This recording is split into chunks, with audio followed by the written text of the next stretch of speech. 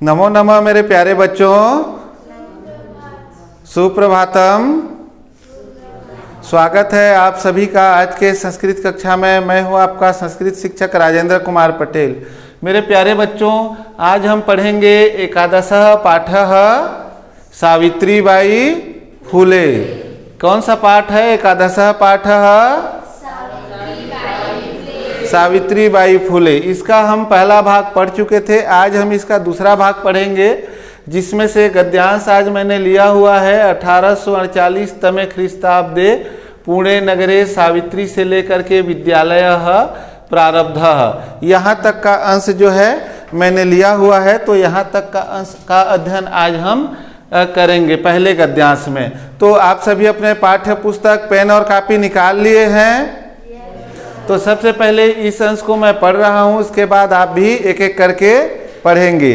तो आप सभी जो है अपने पाठ्य पुस्तक में उंगली मिलाते चलिए। मैं इस अंश को पढ़ रहा हूँ। 1848 तमे ख्रीस्ताब्दे पुणे नगरे सावित्री ज्योतिबा महोदयेन सह कन्यायां कृते प्रदेशस्य प्रथमं विद्यालयम् आरभत। तदानीं सा केवलं 17 वर्षीया आसीत्। 1851 तमे ख्रीस्ताब्दे अस्पृश्यत्वात् तिरस्कृतस्य समुदायस्य बालिकानां कृते पृथक्तया तया अपरः विद्यालयः प्रारब्धः।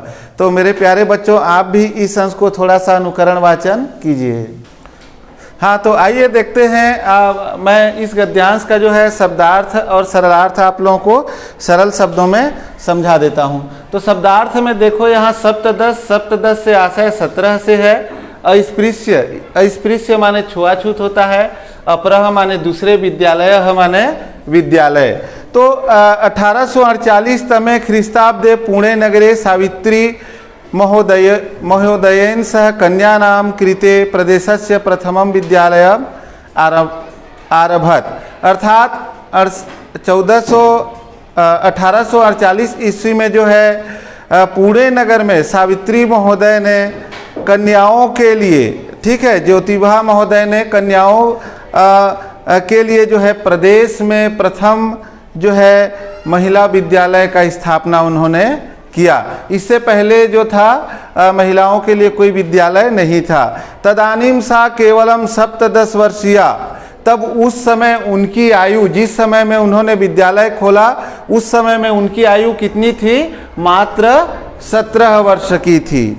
तदानीम सा केवलम 17 वर्षीया आसीत। उस समय उनकी आयु केवल 17 साल की थी। 1851 तमे ख्रीस्ताब्दे अस्पृश्यत्वात् तिरस्कृतस्य समुदायस्य बालिकानां कृते पृथक्तया तया अपरः विद्यालय आरब्धत। तो इस तरह से क्या हुआ? 1851 ईस्वी में, ठीक है, कब? 1851 ईस्वी में अस्पृश्य जाति अर्थात कुछ छुआछूत, कुछ हरिजन लोग, जिनको लोग छुआछूत की दृष्टि से अर्थात अछूत की दृष्टि से देखते थे, उनके समुदायों के लिए बालिका नाम कृते अर्थात उस समुदाय के बालिकाओं के लिए। किस समुदाय के?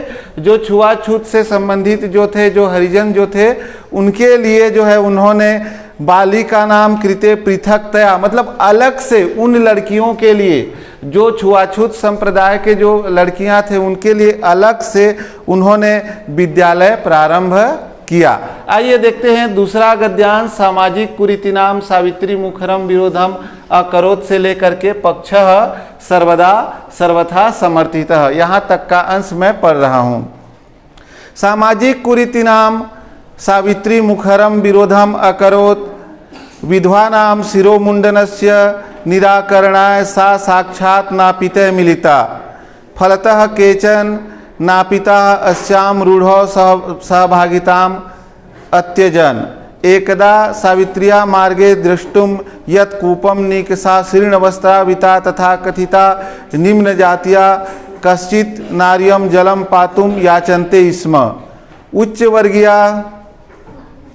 उच्चवर्गीयाः उपहासं कुर्वन्ति कूपात् जलोद्धारणम् अवारयन्। सावित्री एतद् अपमानं सोढुं न शक्नोत्। सा ताः स्त्रियः निज गृहं नीतवती तडागम दर्शयित्वा अकथयत च यत यथेष्टम जलम नयत सार्वजनिको अयम तडागः अस्मात् जलग्रहणे नास्ति जाति बंधनम तया मनुष्याणाम समानतायाः स्वतंत्रतायाश्च पक्षः सर्वदा सर्वथा समर्थितः।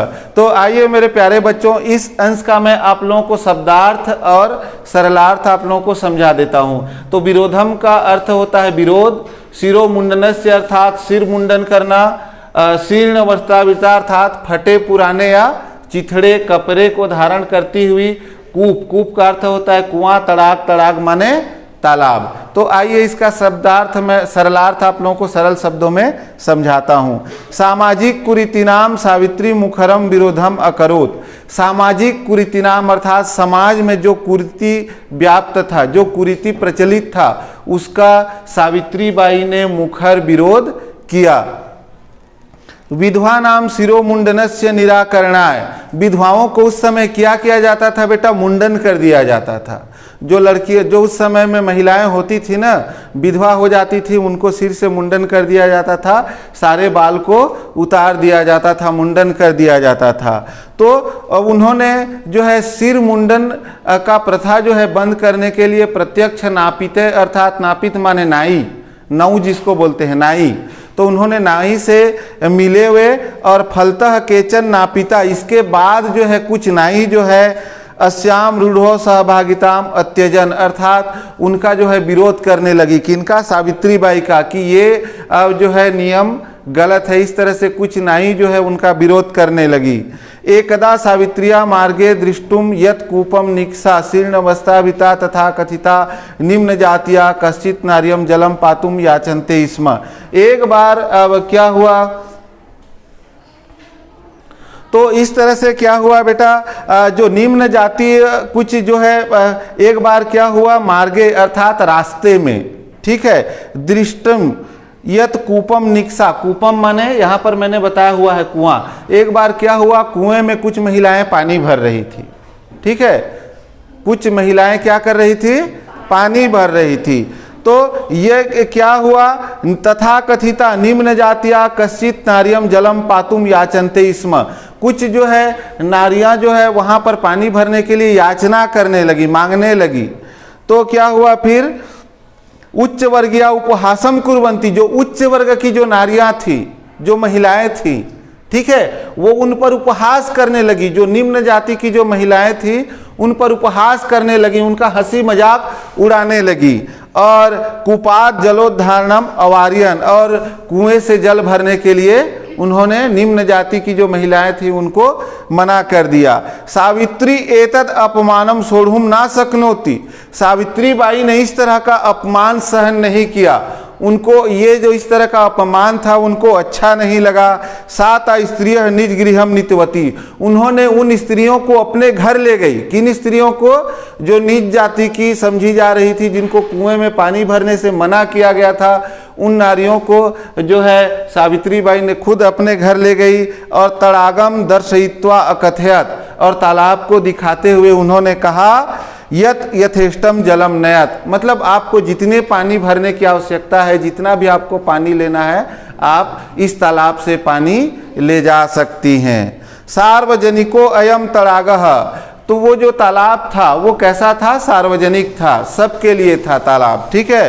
अस्मात् जल ग्रहणे नास्ति जाति बंधम, अर्थात जल भरने में, पानी भरने में किसी प्रकार का कोई जाति पाति या ऊंच नीच का भेदभाव नहीं होना चाहिए।